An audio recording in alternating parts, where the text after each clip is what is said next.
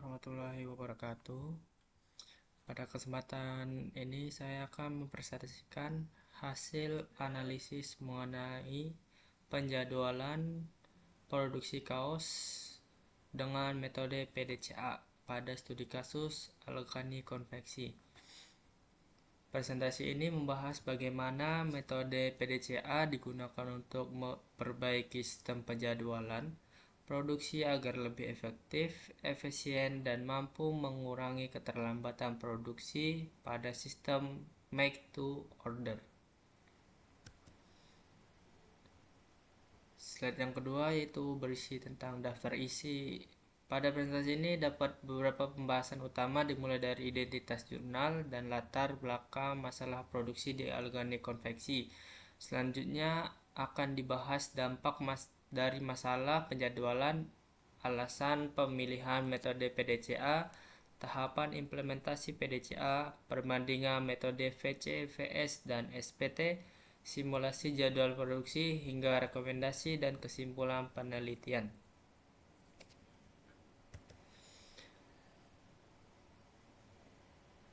Identitas jurnal dan link. Jurnal yang digunakan dalam analisis ini berjudul Analisis Penjadwalan Produksi Kaos dengan menggunakan metode PDCA, Studi Kasus Alergani Konveksi. Artikel ini dipublikasikan pada Jurnal Justi atau Jurnal Sistem dan Teknik Industri Volume 4 nomor 2 tahun 2023 dengan ISSN 2746-0835. Penelitian ini ditulis oleh Abdullah Muzammil Majnuruddin dan Muhammad dari Program Studi Teknik Industri Universitas Muhammadiyah Gresik. Artikel dapat diakses melalui portal resmi Jurnal Justi. Selanjutnya, masalah produksi di alergani konveksi. Permasalahan utama yang terjadi di alergani konveksi adalah keterlambatan produksi akibat sistem produksi make to order. Contohnya, pesanan R17 Gresik mengalami keterlambatan hingga 7 hari dari jadwal yang telah ditentukan. Selain itu, perusahaan belum memiliki sistem penjadwalan yang terstruktur dan belum menetapkan standar waktu produksi. Hal ini menyebabkan pemborosan waktu dan penggunaan sumber daya yang kurang optimal. Masalah lainnya adalah ketidakpastian bahan baku kain yang sering menghambat proses produksi sehingga jadwal pengerjaan menjadi tidak stabil. Dampak masalah penjadwalan. Permasalahan penjadwalan produksi memberikan dampak yang cukup besar bagi perusahaan. Pertama, keterlambatan pengiriman produk dapat menurunkan kepercayaan pelanggan karena estimasi waktu produk menjadi tidak jelas. Kedua, koordinasi antara bagian produksi menjadi kurang efektif sehingga pemanfaatan sumber daya tidak optimal. Selain itu, perusahaan juga mengalami kerugian waktu karena jadwal produksi yang tidak teratur menyebabkan target penyelesaian pesanan sulit dicapai. Alasan pemilihan metode PDCA.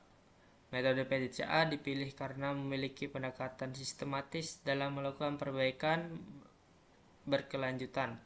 PDCA terdiri dari 4 tahapan yaitu Plan, Do, Check, dan Action yang membantu perusahaan mengidentifikasi masalah, menerapkan solusi, mengevaluasi hasil, dan melakukan perbaikan secara terus-menerus.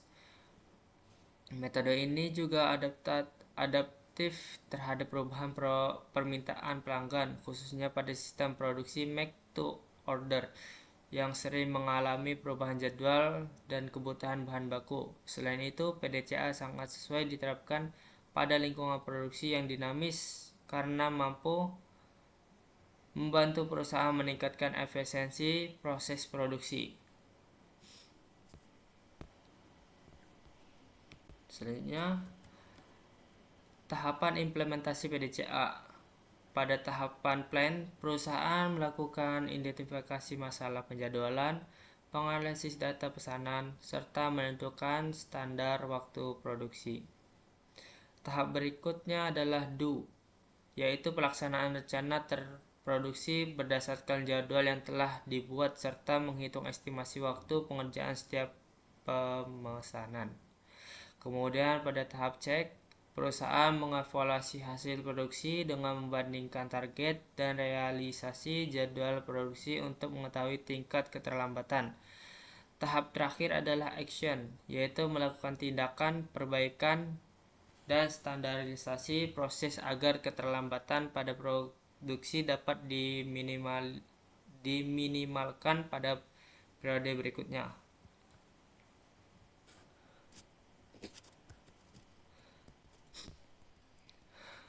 Selanjutnya, penelitian metode VCVS dan SPT. Penelitian juga membandingkan metode VCVS dan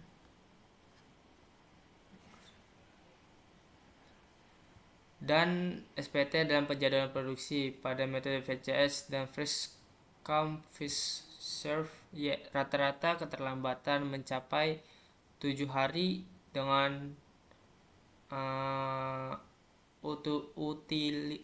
utilisasi produksi sebesar 36,07% dan waktu penyelesaian sekitar 15,25 hari. Sedangkan pada metode SPT atau Shortest Processing Time, rata-rata keterlambatan berhasil ditekan menjadi 2,75 hari. Utilisasi produksi meningkat menjadi 50% dan waktu penyelesaian menjadi lebih cepat, yaitu 11 hari. Dan hasil tersebut dapat disimpulkan bahwa metode SPT lebih efektif dan efisien dibandingkan VCVS.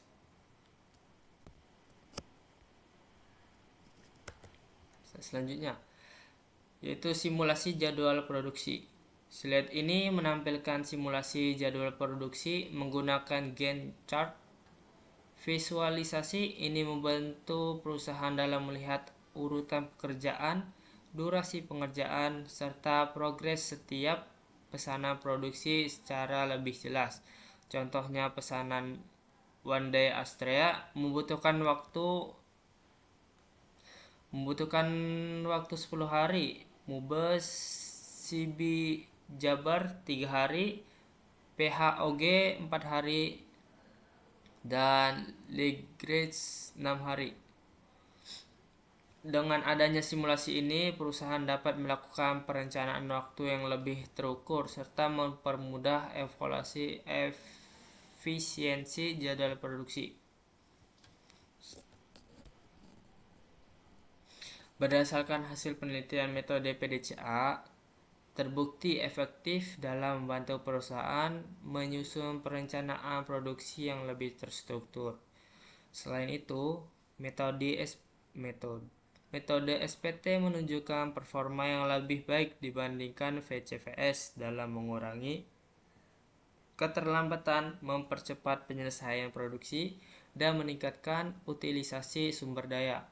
Oleh karena itu, perusahaan disarankan untuk mengimplementasikan kombinasi metode PDCA dan SPT agar proses penjadwalan produksi menjadi lebih optimal dan efisiensi. Di sini ada perbandingan kinerja metode, rata-rata penyelesaiannya. Di sini SPT lebih rendah daripada VCVS. Rata-rata penyelesaiannya lebih rendah lebih baik. Di sini SPT lebih rendah daripada VCVS, berarti SPT lebih baik karena di sini lebih rendah. Utilitas lebih tinggi lebih baik. Di sini SPT lebih tinggi utilitasnya dibandingkan VCVS, berarti di sini lebih baik SPT daripada VCVS. Keterlambatan lebih rendah lebih baik. Di sini SPT keterlambatannya lebih sedikit daripada VCVS yang memiliki keterlambatan yang lebih banyak, lebih tinggi atau lebih tinggi. Oke. Selanjutnya, di slide yang terakhir yaitu ada daftar isi. Slide ini daftar referensi. Slide terakhir berisi daftar referensi yang digunakan dalam penyusunan presentasi ini. Dalam penyusunan presentasi ini, referensi berasal dari jurnal-jurnal ilmiah yang membahas metode PDCA, penjadwalan produksi, serta optimasi sistem produksi pada industri manufaktur dan konveksi. Daftar pustaka ini menjadi lebih dasar teori dan pendukung analisis dalam penelitian yang telah dipresentasikan. Mungkin cukup sekian hasil presentasi analisis dari saya. Saya Rehan Ababil dengan NIM 230511202 dari kelas TI 23L mengakhiri presentasi ini dengan ucapan salam. Assalamualaikum warahmatullahi wabarakatuh.